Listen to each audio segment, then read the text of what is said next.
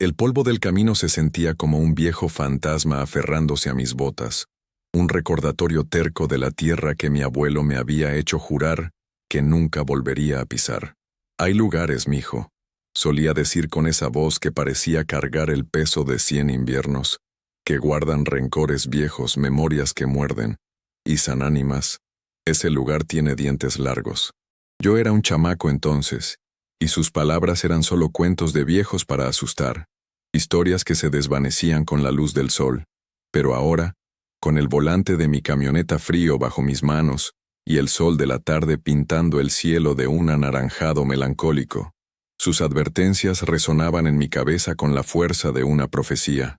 Mi abuelo, don Anselmo, había muerto hacía 6 meses, y con él se había ido una biblioteca de secretos que yo apenas empezaba a comprender.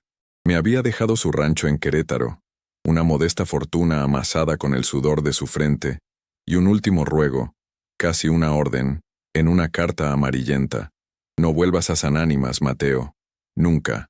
Pero fue precisamente esa prohibición, esa última voluntad férrea, lo que me arrastró de vuelta. Había algo más en esa carta, una postdata casi ilegible, garabateada con mano temblorosa. «La tierra reclama lo que es suyo. Tu abuela, ella nunca se fue del todo. Mi abuela Elena, yo apenas la recordaba. Murió cuando yo tenía 5 años y mi abuelo nunca hablaba de ella. En la casa grande no había ni un solo retrato suyo. Era como si la hubieran borrado de la historia familiar, un capítulo arrancado con violencia. Pero yo tenía un recuerdo, una imagen borrosa y cálida, su risa mientras me columpiaba en el viejo pirul del patio y el olor a pan recién horneado que siempre parecía impregnar su ropa. ¿Cómo podía un lugar, un simple pueblo, haberle hecho tanto daño a mi abuelo como para borrar así a la mujer que amaba? La respuesta, sentía, estaba aquí, en el corazón de San Ánimas, el pueblo maldito, del que todos en la región hablaban en susurros, como si nombrar en voz alta su desgracia pudiera invocarla. Conducía despacio, las llantas levantando nubes de tierra rojiza que se arremolinaban como malos presagios en el espejo retrovisor. El paisaje se había vuelto agreste. Los nopales y mezquites se aferraban a la tierra reseca con una desesperación silenciosa. El silencio era lo más abrumador, una ausencia de sonido tan profunda que casi dolía. No había pájaros, ni el zumbido de insectos, solo el motor de mi troca y el latido ansioso de mi propio corazón. Mi abuelo era un hombre de principios, un roble. Había construido un pequeño imperio ganadero desde la nada. Negociaba con hombres importantes de la ciudad que llegaban a su rancho conduciendo autos alemanes de último modelo, y siempre vestía con una elegancia sobria.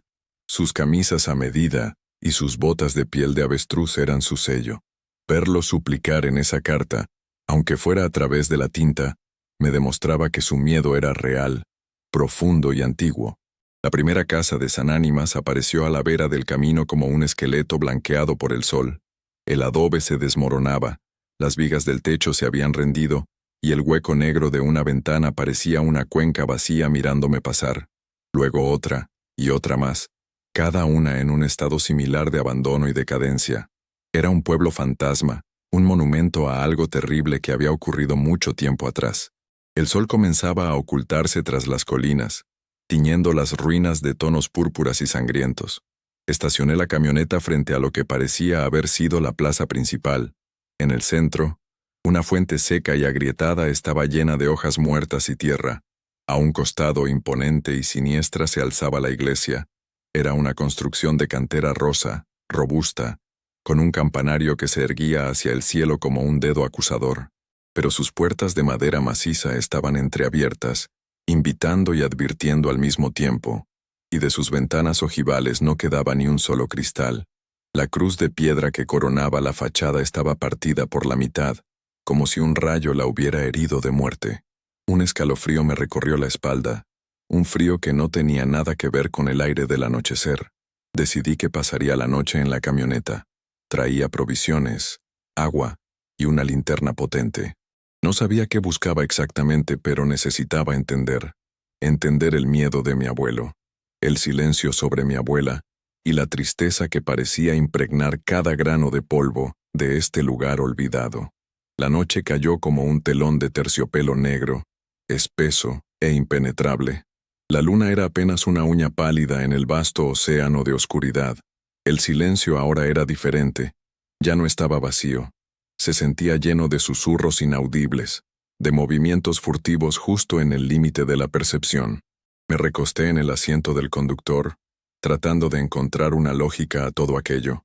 Tal vez una plaga, una sequía prolongada que obligó a todos a marcharse, o quizás una disputa de tierras, una masacre de la que nadie quería hablar. Mi abuelo era un hombre práctico, no creía en supersticiones, o eso me había hecho creer.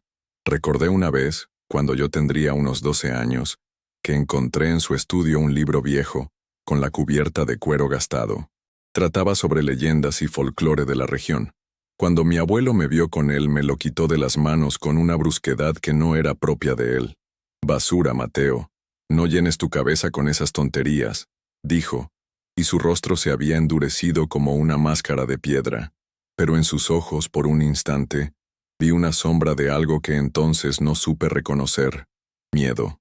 Y el libro desapareció. Nunca más lo volví a ver.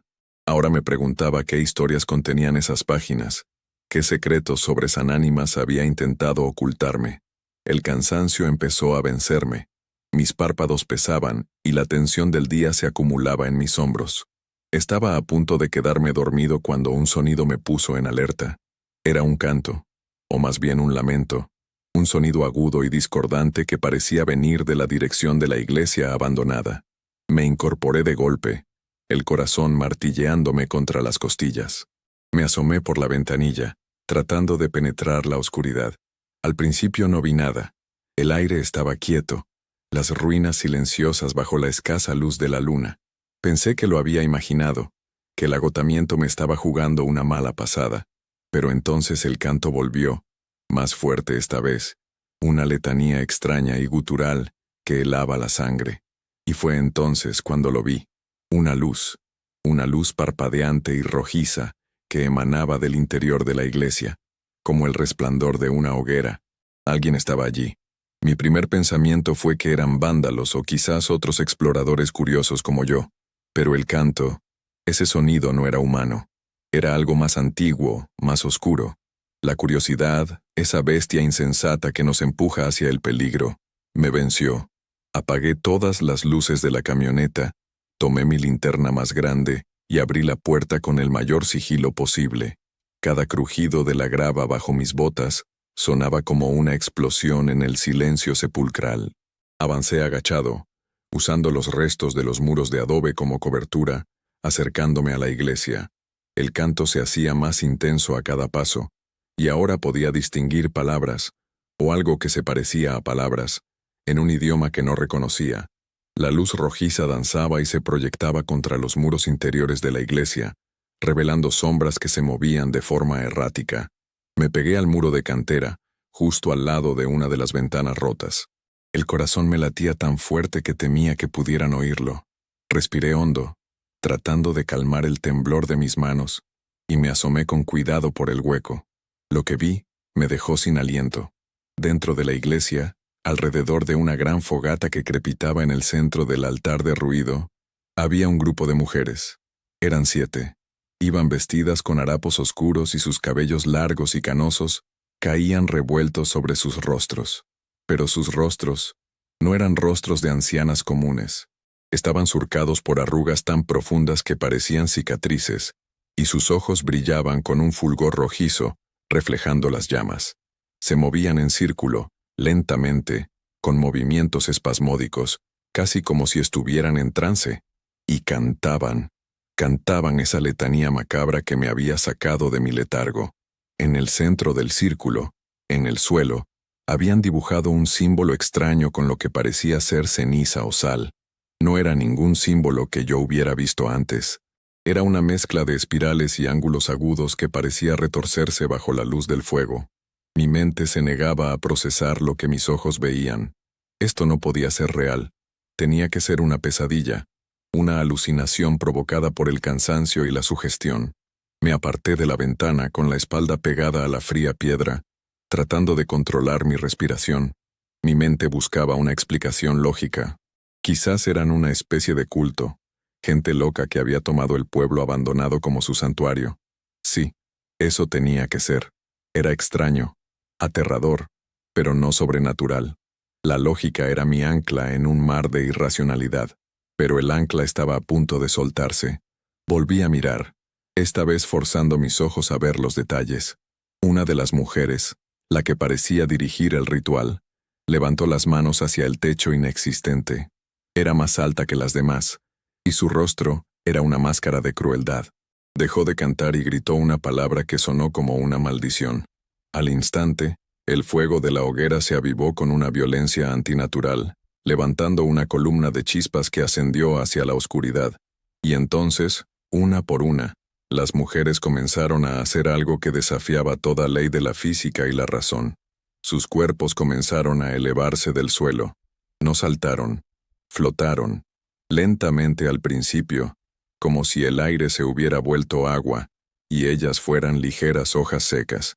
Sus harapos se agitaban a su alrededor y sus risas, ahora agudas y chillonas, reemplazaron el canto. Se elevaron por encima de la hoguera, girando en el aire con una gracia grotesca. El terror me paralizó.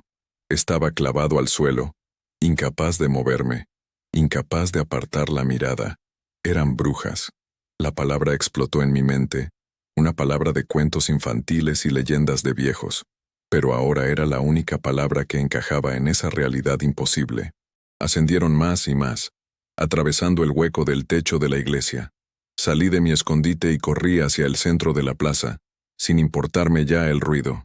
Necesitaba ver, necesitaba confirmar la locura que estaba presenciando. Levanté la vista hacia el cielo nocturno, y allí estaban, 7 figuras oscuras recortadas contra la pálida luz de la luna, volando. No en escobas, como en los cuentos. Simplemente volaban, sus cuerpos retorciéndose en el aire, sus risas cayendo sobre el pueblo silencioso como esquirlas de vidrio. Volaron en círculos sobre el campanario de la iglesia, como sopilotes esperando un festín. Sus siluetas eran una mancha de pesadilla en el lienzo estrellado. Sentí que el estómago se me revolvía, y un frío helado me invadió, un frío que nacía en la médula de mis huesos. La advertencia de mi abuelo ya no era el desvarío de un anciano, era una verdad terrible. Hay lugares que guardan rencores viejos, memorias que muerden. Y yo, en mi arrogancia, había venido a ofrecerles mi carne. La imagen de esas mujeres, esas brujas, volando sobre la iglesia abandonada de San Ánimas, se grabó en mi mente con fuego. No era una historia, no era una leyenda, era una visión del infierno en la tierra, y yo estaba solo, en el corazón de su dominio. La noche acababa de empezar, y por primera vez en mi vida, conocí el verdadero significado del miedo. Un miedo que no era a la oscuridad ni a los hombres, sino a lo que se esconde en las sombras de la realidad, a las cosas antiguas y hambrientas que el mundo moderno ha decidido olvidar. Me quedé allí, plantado en medio de la plaza, con el cuello rígido de tanto mirar hacia arriba, mucho después de que las figuras desaparecieran en la inmensidad de la noche. El eco de sus risas parecía haberse quedado atrapado entre las ruinas, un fantasma sonoro que me erizaba la piel. El fuego dentro de la iglesia se extinguió de repente, sumiendo el lugar de nuevo en una oscuridad total. El silencio que regresó era aún más pesado que antes, cargado con el peso de lo imposible. Tropecé hacia atrás, buscando a tientas el camino de regreso a mi camioneta, con la mente hecha un torbellino. ¿Qué había sido todo eso? ¿Cómo era posible? Mi cerebro, educado en la lógica y la ciencia, luchaba desesperadamente por encontrar una explicación. Dorgas. Tal vez había algún tipo de hongo alucinógeno en el aire, alguna planta que crecía en la región y que yo había inhalado sin darme cuenta.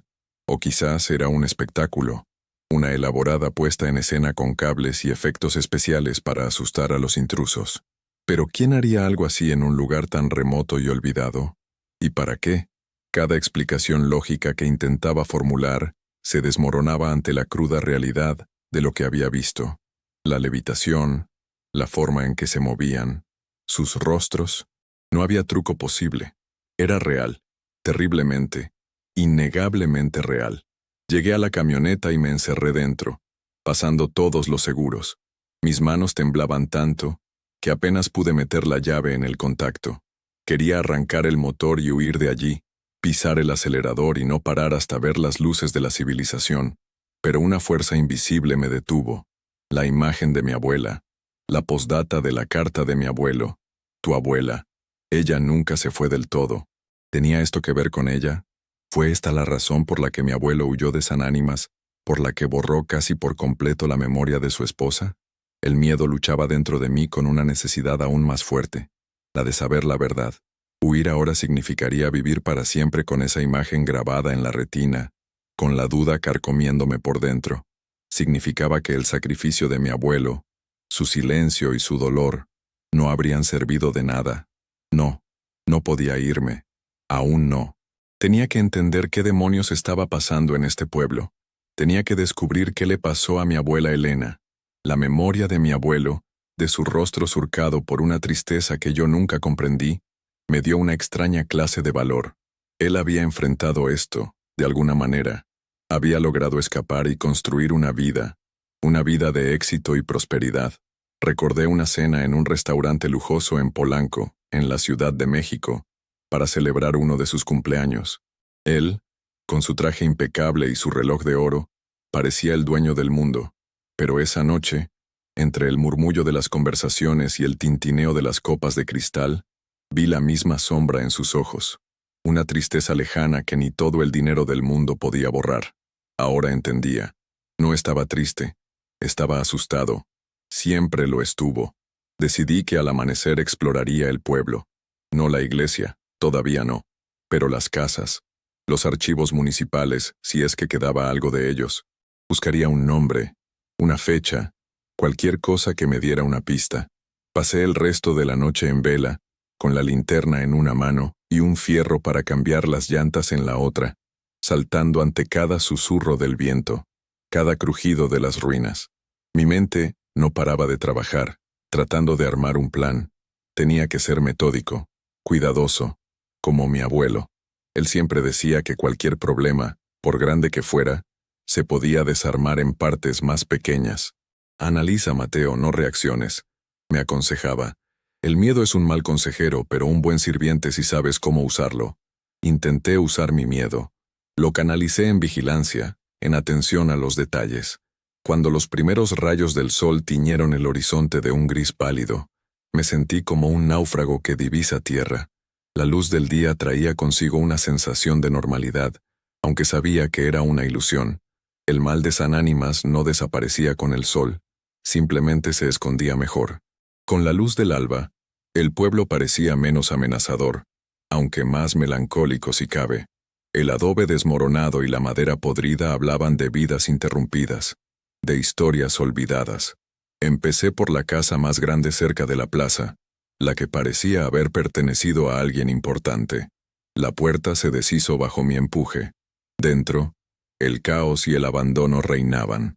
Los muebles estaban volcados, cubiertos por una gruesa capa de polvo y telarañas. El tiempo se había detenido aquí. En una de las habitaciones encontré un baúl de madera carcomido. Con un poco de esfuerzo, logré forzar la cerradura oxidada. Dentro, entre ropa apolillada y papeles humedecidos, encontré un diario. La caligrafía era elegante, femenina. Diario de Isabel Nájera. Leí en la primera página. La fecha era de hacía más de 60 años. Empecé a hojearlo, el corazón latiéndome con una mezcla de expectación y temor. Las primeras páginas hablaban de la vida cotidiana del pueblo, de fiestas, de cosechas, de los chismes de la gente. Pero poco a poco, el tono comenzó a cambiar. Isabel escribía sobre las susurradoras, un grupo de mujeres que vivían en las afueras del pueblo, lideradas por una mujer llamada Brígida. La gente les teme, escribía Isabel. Dicen que pactan con la sombra, que pueden curar y maldecir con la misma facilidad. Mi madre dice que es mejor no mirarlas a los ojos. Seguí leyendo, pasando las páginas con dedos temblorosos. Isabel describía cómo la influencia de estas mujeres comenzó a crecer. La gente acudía a ellas en secreto, pidiendo favores, una buena cosecha, el amor de alguien, la ruina de un enemigo, y las cosas empezaron a torcerse. Una extraña enfermedad afectó al ganado de un hombre que se había burlado de Brígida. Un joven que había rechazado a la hija de una de ellas desapareció sin dejar rastro. El miedo se apoderó de San Ánimas, un miedo silencioso y corrosivo. Nadie se atrevía a enfrentarlas. El cura del pueblo, un joven padre llamado Damián, intentó denunciarlas desde el púlpito. A la semana siguiente, lo encontraron al pie del campanario, con el cuello roto. La versión oficial fue un accidente. Nadie la creyó. Y entonces, llegué a la última entrada del diario. La tinta estaba corrida, como si la hubiera escrito con prisa y con lágrimas. Elena lo sabe, decía. La joven esposa de Anselmo. Ella no les tiene miedo. Dice que la fe es más fuerte que la oscuridad. Hoy va a enfrentarlas. Le he rogado que no lo haga, que huya con su marido y su pequeño hijo. Pero es terca como solo los justos pueden serlo. Que Dios la proteja, que Dios nos proteja a todos. Se me heló la sangre. Elena, mi abuela. Anselmo, mi abuelo. El diario se me cayó de las manos. Todo encajaba. Mi abuela no fue una víctima pasiva de este lugar. Fue una guerrera. Se enfrentó a ellas. ¿Y qué le pasó? El diario no lo decía. La historia se cortaba ahí. Salí de la casa, aturdido. La verdad era mucho peor de lo que había imaginado. Mi abuelo no huyó por cobardía. Huyó para salvar a su hijo, mi padre. Huyó con el corazón roto, dejando atrás a la mujer que amaba, probablemente muerta o algo peor. Miré hacia la iglesia, que ahora parecía un mausoleo gigante, el escenario de la última batalla de mi abuela, y el dominio de las brujas que, al parecer, la habían ganado. Sentí una oleada de rabia, una furia impotente que ahogó el miedo. Rabia por mi abuela, por su valor olvidado, rabia por mi abuelo, por su vida de dolor silencioso, y rabia contra esas cosas que le habían arrebatado todo. Ya no se trataba solo de entender, ahora se trataba de justicia, de honor. No sabía cómo, ni con qué armas se lucha contra una pesadilla, pero no iba a dar la espalda. La sangre de Anselmo y Elena corría por mis venas, y no iba a permitir que su historia terminara en el olvido y la derrota. El sol estaba ahora alto en el cielo, pero para mí, la noche en San Ánimas acababa de volverse mucho más oscura. El descubrimiento del diario de Isabel Nájera había cambiado las reglas del juego. Ya no era un simple espectador aterrorizado, ahora era parte de la historia, un heredero de una guerra no declarada. La figura de mi abuela, antes una sombra borrosa en mi memoria, se había transformado en la de una heroína trágica. Me imaginé a la joven Elena, llena de fe y coraje, caminando por estas mismas calles polvorientas para enfrentarse a un mal que los hombres armados temían. ¿Qué la impulsó? ¿El amor por su familia? ¿Un sentido inquebrantable del bien y del mal? Probablemente ambas cosas. Mi abuelo, por otro lado, se me revelaba ahora bajo una nueva luz. Su silencio no era olvido, sino un luto perpetuo, una herida que nunca cerró. Su éxito en el mundo de los negocios, su insistencia en la disciplina y la estrategia, todo parecía ahora un mecanismo de defensa, una forma de construir muros sólidos contra el caos y la irracionalidad que sabía que existían. Recordé que una vez me dijo, revisando unos papeles de inversiones, que el dinero no da la felicidad, Mateo, pero compra una clase de seguridad que se le parece mucho. Te permite elegir tus batallas. Quizás él había elegido la suya, sobrevivir, prosperar y proteger a su linaje del horror que había dejado atrás. Pero yo estaba de vuelta en el campo de batalla original, y sentía que le debía a mi abuela, y a él, no retroceder. Decidí que mi siguiente paso sería investigar la iglesia a fondo, pero a la luz del día. La noche anterior, la había visto como una guarida de monstruos. Ahora, la veía como el último bastión de mi abuela, el lugar donde su historia tuvo un desenlace. Antes de ir, revisé mi camioneta. Tenía una caja de herramientas completa. Agarré una barreta de hierro, pesada y fría. No era mucho contra lo que fuera que habitara este pueblo, pero su peso en mi mano me daba un consuelo primitivo. Caminé hacia la iglesia, esta vez sin sigilo, con pasos firmes. El sol del mediodía eliminaba las sombras, revelando los detalles de la decadencia. La cantera rosa estaba manchada de negro en algunos lugares, como si hubiera soportado fuegos. Las gárgolas que adornaban la parte alta del edificio estaban erosionadas, sus rostros demoníacos desfigurados por el viento y la lluvia, pareciendo más muecas de dolor que de amenaza. Las grandes puertas de madera cedieron con un gemido lastimero. El interior estaba tan oscuro y frío como lo recordaba, a pesar de la luz que se colaba por los vanos de las ventanas y el techo derrumbado. El aire era denso, olía a humedad, a polvo de siglos y a algo más, un olor dulzón y rancio, como de flores podridas. En el centro, donde la noche anterior había ardido la hoguera, ahora solo había un círculo de cenizas negras y carbón. El símbolo que habían dibujado había desaparecido, barrido o borrado. Me acerqué con cautela, examinando el suelo.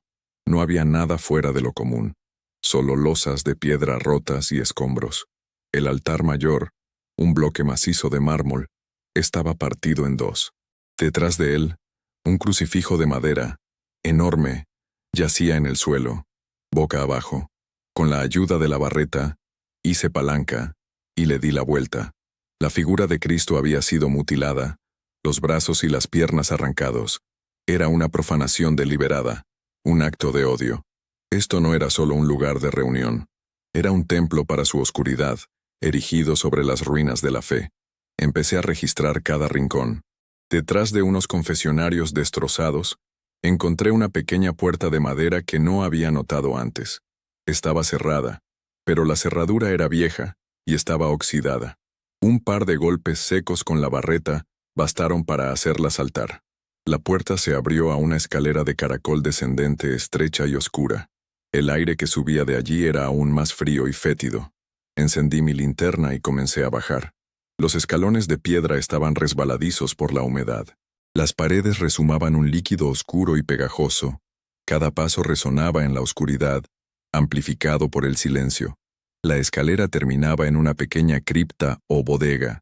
El suelo era de tierra apisonada, y el techo bajo, sostenido por arcos de piedra. Había varios nichos en las paredes, probablemente tumbas de antiguos benefactores de la iglesia. La mayoría estaban vacíos, pero en uno de ellos, la losa de piedra que lo cubría estaba a medio quitar. Apunté la linterna hacia el interior. No había un ataúd. En su lugar había una pila de objetos. Me acerqué conteniendo la respiración. Había mechones de cabello atados con cintas sucias, muñecos de trapo atravesados con espinas de nopal, fotografías antiguas con los ojos de las personas tachados o quemados, y en el centro, un objeto que me heló la sangre. Era un pequeño zapatito de bebé, de cuero blanco, ahora amarillento y manchado. Junto a él, había un relicario de plata, ennegrecido por el tiempo. Lo recogí con mano temblorosa. La bisagra estaba atascada, pero logré abrirlo. Dentro, había dos pequeñas fotografías ovaladas. En una, un joven Anselmo, mi abuelo, con una sonrisa tímida. En la otra, una mujer joven y hermosa, con ojos grandes y oscuros llenos de vida y una sonrisa radiante. Elena, mi abuela. Era la primera vez que veía su rostro con claridad, y era hermosa. Pero lo que me destrozó fue ver que alguien, con un objeto afilado, había arañado la fotografía, intentando borrar su rostro, especialmente sus ojos. Este lugar era su nido, su centro de poder. Aquí guardaban los trofeos de su maldad, los fetiches de sus maldiciones. Y guardaban algo de mi abuela. ¿Era esto todo lo que quedaba de ella? ¿Un recuerdo profanado en un agujero oscuro? Sentí una oleada de náusea y dolor. Coloqué el relicario en mi bolsillo, sintiendo que rescataba una pequeña parte de ella de esa profanación. Decidí que ya había visto suficiente en ese sótano. Cuando empecé a subir las escaleras, mi pie tropezó con algo blando en el suelo de tierra. Apunté la linterna hacia abajo. Era un libro, o lo que quedaba de él. Estaba envuelto en un trozo de tela encerada, lo que lo había protegido parcialmente de la humedad. Las cubiertas eran de cuero negro, sin ningún título. Lo abrí con cuidado. Las páginas estaban llenas de una caligrafía apretada y angulosa, y los textos estaban acompañados de dibujos grotescos, diagramas de símbolos extraños, ilustraciones de plantas y animales, y representaciones de rituales que mi mente se negaba a comprender. Era un grimorio, un libro de brujería. y estaba escrito en la misma lengua extraña que las mujeres habían cantado la noche anterior. Era la fuente de su poder. Hojeé las páginas, sin entender las palabras pero sintiendo el peso de la maldad que emanaba de ellas. En una de las últimas páginas, había una anotación diferente, con una caligrafía distinta, casi desesperada. Estaba en español. La devoradora de luz, Brígida, no puede ser destruida mientras la raíz negra siga anclada en la piedra del sacrificio. La fe es el escudo, el amor es la espada. Su nombre verdadero la debilita, su miedo la alimenta. No reces por mí, reza por el alba. La nota no estaba firmada, pero yo sabía, con una certeza que me calaba los huesos, que esa era la letra de mi abuela Elena. Había estado aquí, había luchado, y había dejado un mensaje, una pista, para quien viniera después. La piedra del sacrificio, la raíz negra. ¿Qué significaba? Miré a mi alrededor, a la cripta oscura. ¿Se refería al altar de arriba? ¿O a algo aquí abajo? Mi abuela no había muerto en vano. Había descubierto su secreto, su debilidad, y me lo había dejado a mí. Ahora tenía un propósito aún más claro. No solo era vengar a mi familia, sino terminar lo que ella empezó, destruir a Brígida y a su aquelarre, y liberar a Sanánimas de su maldición. Salí de la iglesia con el grimorio y el relicario, sintiendo el peso de mi nueva misión. El sol comenzaba a descender de nuevo, y sabía que la noche traería consigo a los monstruos, pero esta vez no me escondería. Esta vez estaría esperando, estaría preparado. La batalla por el alma de Sanánimas y por el legado de mi abuela estaba a punto de comenzar. Con el grimorio bajo el brazo y el relicario de mi abuela en el bolsillo, regresé a la seguridad relativa de mi camioneta. El sol de la tarde se alargaba, dibujando sombras que parecían garras extendiéndose desde las ruinas. Necesitaba pensar, necesitaba un plan. Las palabras de mi abuela eran mi única guía. La devoradora de luz. Brígida. No puede ser destruida mientras la raíz negra siga anclada en la piedra del sacrificio. Brígida. El nombre de la líder. La bruja alta y cruel que había dirigido el ritual. El diario de Isabel la había nombrado, y ahora mi abuela confirmaba su identidad y su poder. La devoradora de luz. Un nombre apropiado para alguien que había sumido a todo un pueblo en la oscuridad. La clave parecía estar en esa raíz negra, y la piedra del sacrificio. Tenía que ser el altar de la iglesia. Era el único lugar con la suficiente importancia ritual. La raíz debía ser algo físico, un objeto, un ancla para su poder, y tenía que destruirlo. Las otras frases eran más crípticas. La fe es el escudo, el amor es la espada, su nombre verdadero la debilita, su miedo la alimenta. Mi miedo las hacía más fuertes. Tenía que controlar mi terror, transformarlo en determinación. Y la fe, mi abuela era una mujer de fe. Yo era un hombre de hechos, de cosas tangibles. Pero en este lugar, las reglas del mundo que conocía no aplicaban. Quizás la fe no se trataba de creer en un Dios lejano, sino en la fuerza del bien, en el poder del coraje y el sacrificio de mi abuela. El amor era la espada. El amor por mi familia, por la memoria de mis abuelos. Esa era un arma que podía empuñar. Desplegué un mapa de la región sobre el cofre de la camioneta. Sanánimas estaba aislado, a kilómetros de cualquier otro asentamiento. Pero recordé que en el camino, a unos 20 kilómetros, había visto una pequeña ermita solitaria en una colina, con una casa al lado. Parecía habitada. Tal vez allí encontraría a alguien que no hubiera huido. Alguien que recordara, un ermitaño, un cuidador, alguien que pudiera contarme más sobre la historia del pueblo antes de que la oscuridad lo consumiera. Era un riesgo, pero quedarme aquí, esperando la noche sin más información, era una sentencia de muerte. Decidí ir. El viaje sería corto, y podría volver antes del anochecer si me daba prisa. Arranqué el motor, y el sonido rompió el silencio opresivo. Por primera vez desde que llegué, sentí una pequeña chispa de esperanza. Ya no estaba a ciegas. Tenía un nombre, una debilidad y una posible fuente de información. Mientras conducía por el camino de tierra, el relicario en mi bolsillo se sentía cálido al tacto. Apreté el volante, pensando en el increíble valor de mi abuela. No podía defraudarla. Recordé un viaje que hice con mi abuelo a Houston.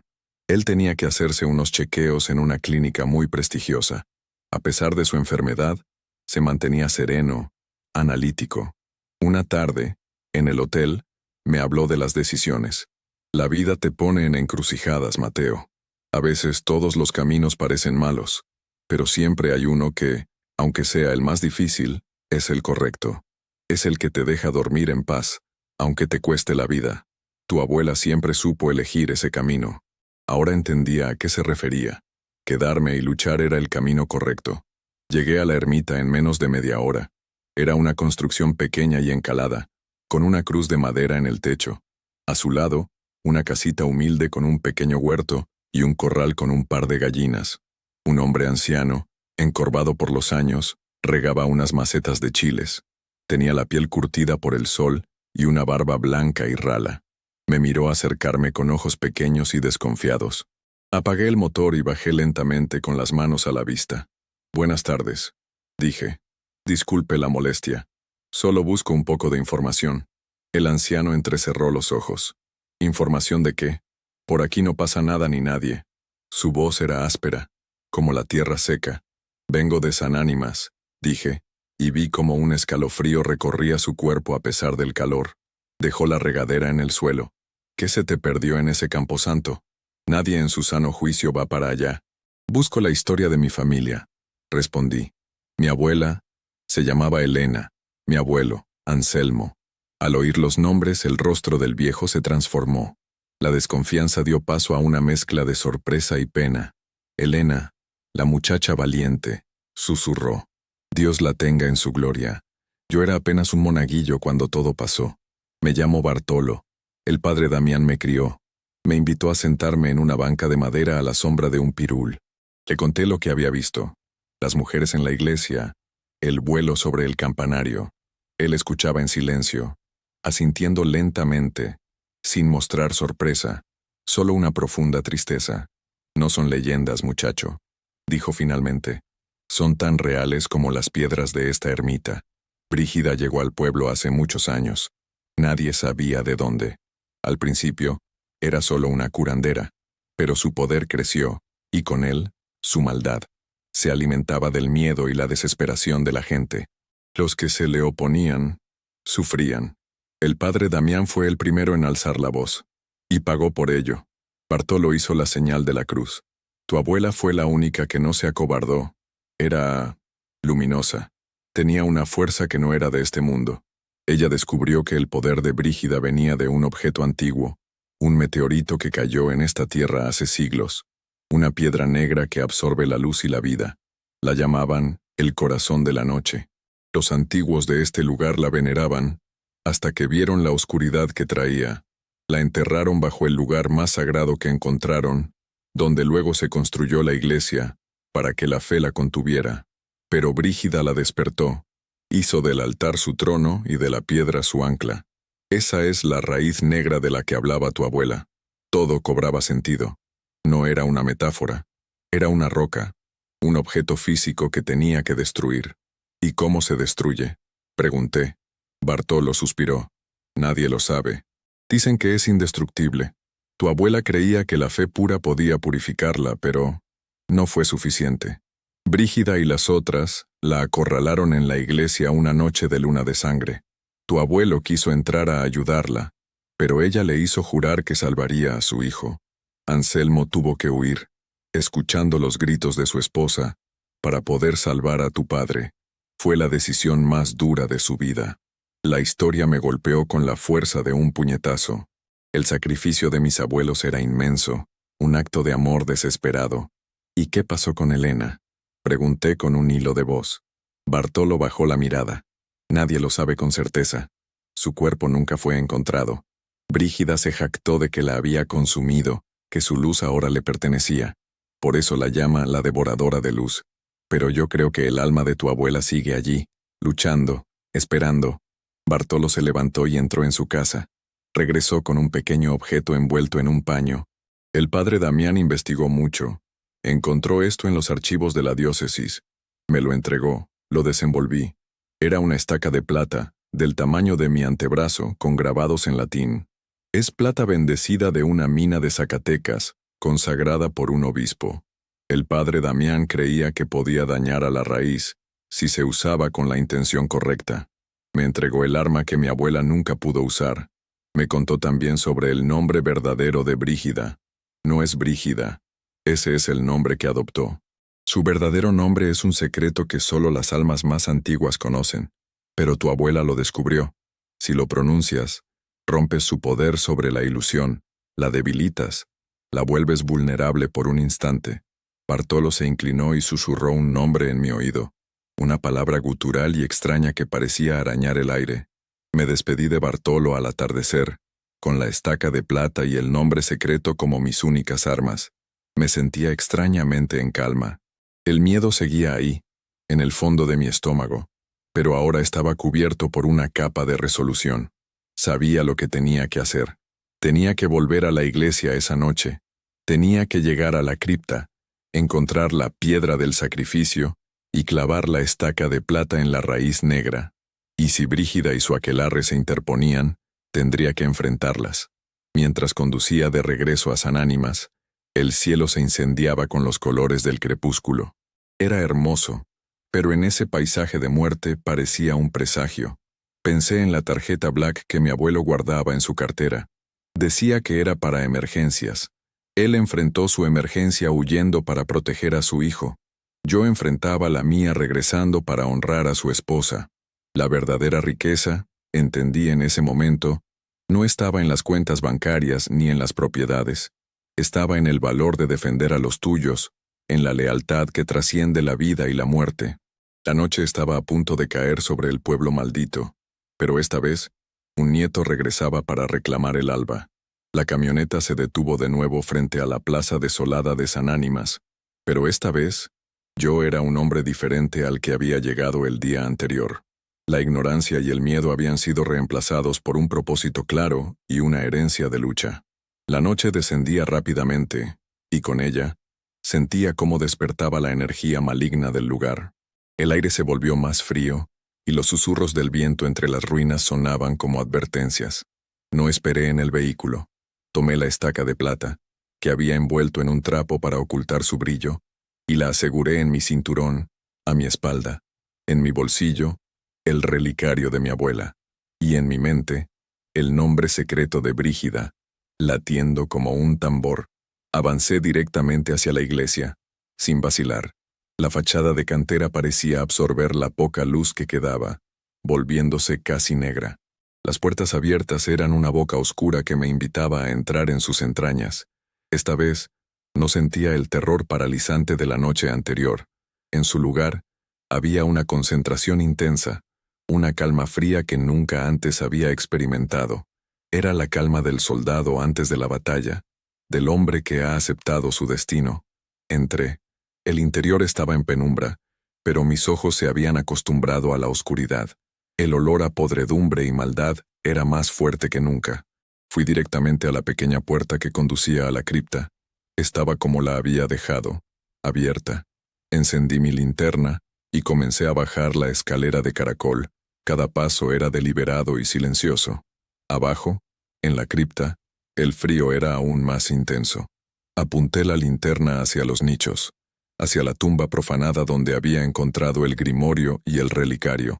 Algo había cambiado. La pila de objetos malditos había sido revuelta, y en el suelo de tierra, justo en el centro de la pequeña sala, había un nuevo dibujo. Era el mismo símbolo que habían trazado con ceniza en el altar, la espiral de ángulos agudos, pero esta vez no estaba hecho de ceniza. Parecía trazado con sangre fresca, que aún brillaba húmeda bajo la luz de mi linterna. Estaban aquí, o estaban cerca. Sabían que había estado aquí. Un escalofrío me recorrió, pero lo reprimí. Tu miedo la alimenta, recordé. Respiré hondo, forzándome a mantener la calma. Mi objetivo era la piedra del sacrificio. Bartolo dijo que el altar se había construido sobre ella, pero la nota de mi abuela decía que la raíz estaba anclada en la piedra. Eso sugería que la piedra misma no estaba a la vista. El altar estaba arriba, pero la cripta estaba debajo. Tenía que estar aquí. Comencé a examinar el suelo. El piso de tierra apisonada parecía uniforme, pero en el centro, justo debajo de donde estaría el altar principal en la iglesia de arriba, noté una ligera depresión, una zona donde la tierra parecía más compacta y de un color diferente, casi negruzco. Me arrodillé y empecé a cavar con mis propias manos. La tierra estaba extrañamente fría al tacto. A los pocos centímetros mis dedos golpearon algo duro. No era roca común, era lisa, y absorbía la luz de mi linterna en lugar de reflejarla. Era como tocar un pedazo de noche sólida. Limpié la tierra a su alrededor. Era la superficie de una gran roca negra y veteada, sin brillo, que parecía hundirse profundamente en el suelo. El corazón de la noche, la piedra del sacrificio. En el centro de la superficie expuesta, había un agujero, como si algo hubiera sido clavado allí, y de ese agujero crecía algo. Parecía una raíz, gruesa como mi muñeca, de un color negro enfermizo, y con una textura nudosa y fibrosa, como madera podrida. Pulsaba. Podía ver un leve y lento movimiento como un corazón latiendo en la oscuridad. La raíz negra, el ancla del poder de Brígida. El aire a mi alrededor se volvió gélido. Sentí una presencia, una presión en mi mente, como si algo intentara entrar, husmear en mis pensamientos, saborear mi miedo. No estamos solas, hermanas. Susurró una voz en mi cabeza, una voz que no era la mía. Tenemos un visitante, un ratoncito valiente con sangre de traidores. Levanté la vista de golpe. En la entrada de la cripta, en lo alto de la escalera, se recortaban 6 figuras oscuras. Las brujas. Habían bajado en silencio, como arañas. Sus ojos brillaban en la oscuridad con ese mismo fulgor rojizo que había visto en la hoguera. No sonreían. Sus rostros eran máscaras de odio y hambre. «Viniste a morir donde murió tu abuela», dijo una de ellas, su voz un siseo, una tonta llena de luz. La luz es tan fácil de apagar. 6 contra 1. Mis posibilidades eran nulas. El pánico amenazó con abrumarme, pero me aferré a la imagen de mis abuelos, a las palabras de Bartolo. Desenfundé la estaca de plata de mi espalda. Al verla, las brujas retrocedieron un paso, un gruñido colectivo escapó de sus labios. El brillo de la plata consagrada les dolía. «Un juguete bonito», siseó otra. «No te servirá de nada». Empezaron a bajar las escaleras, lentamente, rodeándome. Sabía que no podía luchar contra todas ellas. Mi única oportunidad era destruir la raíz. Mientras ellas avanzaban, me arrodillé de nuevo junto a la piedra, levantando la estaca de plata con ambas manos, apuntando al lugar donde la raíz negra se hundía en la roca. «Ahora», gritó una de ellas, y se lanzaron hacia mí. En ese instante, una figura más alta y delgada apareció en lo alto de la escalera, bloqueando la salida. Brígida. Su rostro era una calavera cubierta de piel apergaminada, y sus ojos eran 2 ascuas ardientes de pura maldad. «Tu alma será mi festín, hijo de Anselmo». Su voz resonó en la cripta, no a través del aire, sino directamente en mi cráneo. Gritarás como lo hizo ella. Su presencia era abrumadora. El miedo era una ola helada que amenazaba con ahogarme.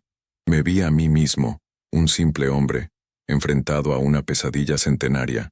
Era inútil. Estaba perdido. Y entonces sentí el calor del relicario en mi bolsillo. El amor es la espada. El amor por ellos. La imagen de mi abuela, sonriendo en la pequeña fotografía, llenó mi mente. El rostro de mi abuelo marcado por un dolor que ahora entendía. No estaba solo. Ellos estaban conmigo. La oleada de miedo retrocedió, reemplazada por una furia fría y justa. Grité, un grito que no era de terror sino de desafío, y en ese grito pronuncié el nombre que Bartolo me había susurrado, el nombre verdadero de Brígida. «Hécate, alma negra». La cripta tembló. Un chillido agudo y antinatural escapó de la garganta de Brígida. Su figura pareció parpadear, volverse translúcida por un segundo. Las otras brujas se detuvieron, desconcertadas, como si el hilo que las controlaba se hubiera tensado. Fue el instante que necesitaba. Con toda la fuerza de mi cuerpo y de mi alma, con el peso del sacrificio de mi abuela y el dolor de mi abuelo, clavé la estaca de plata en el corazón de la raíz negra. Hubo un sonido como el de un árbol milenario partiéndose por la mitad. La raíz se retorció violentamente, y un líquido negro y espeso, como alquitrán, brotó de la herida, salpicándome. Un aullido de agonía pura, un sonido que desgarró el tejido de la realidad. Surgió no de Brígida, sino de la propia piedra bajo mis rodillas.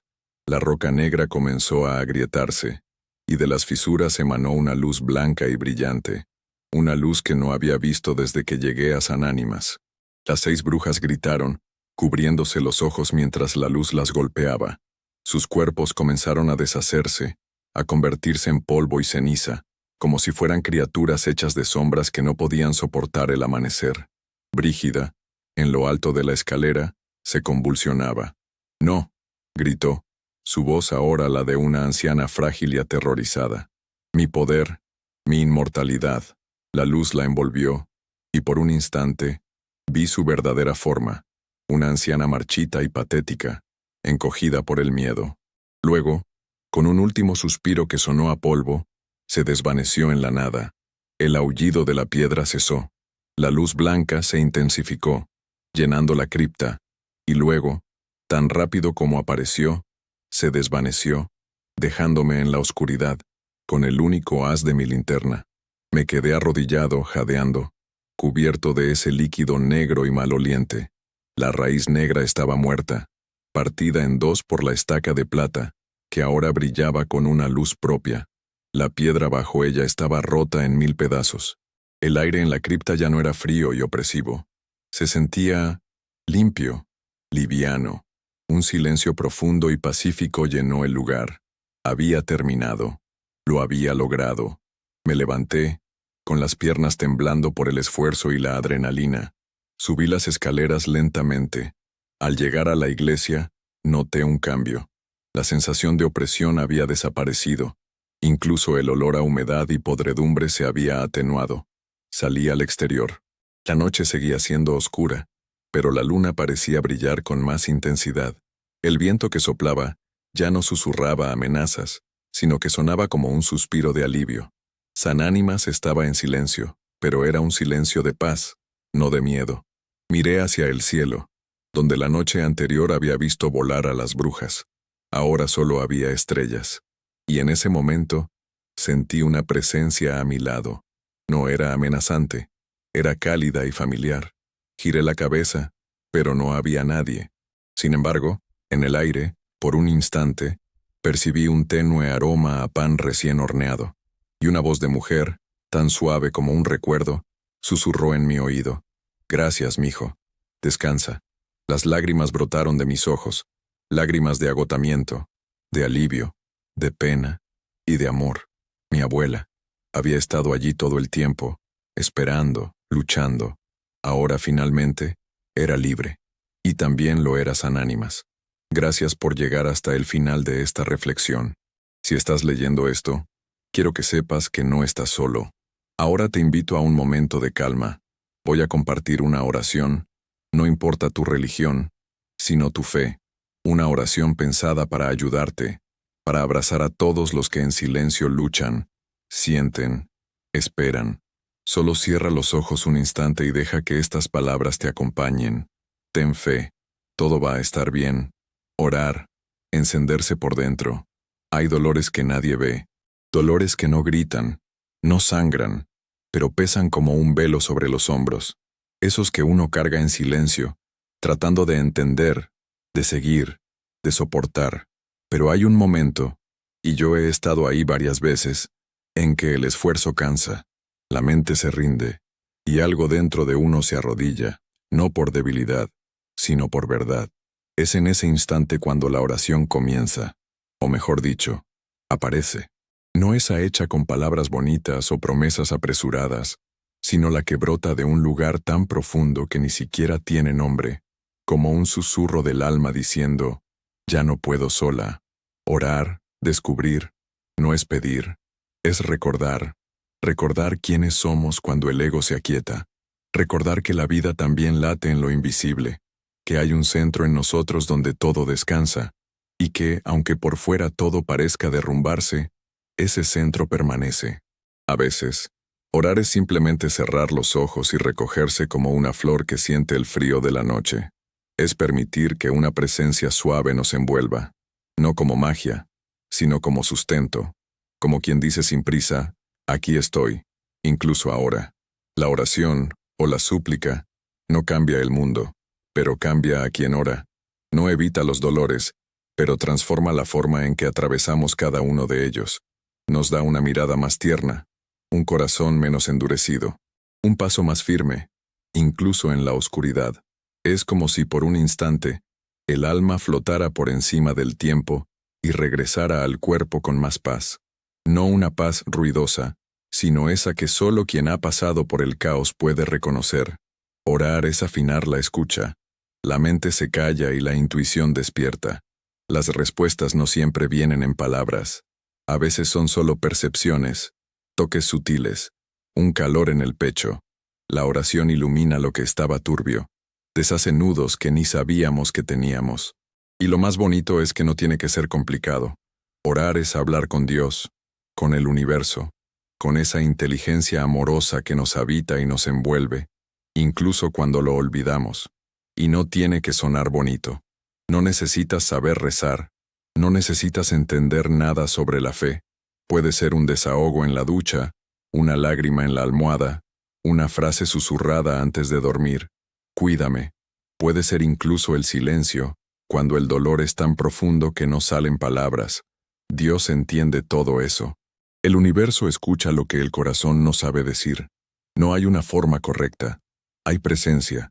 Y cada vez que nos permitimos ese encuentro, aunque sea sin ritual, aunque sea sin certeza, es oración.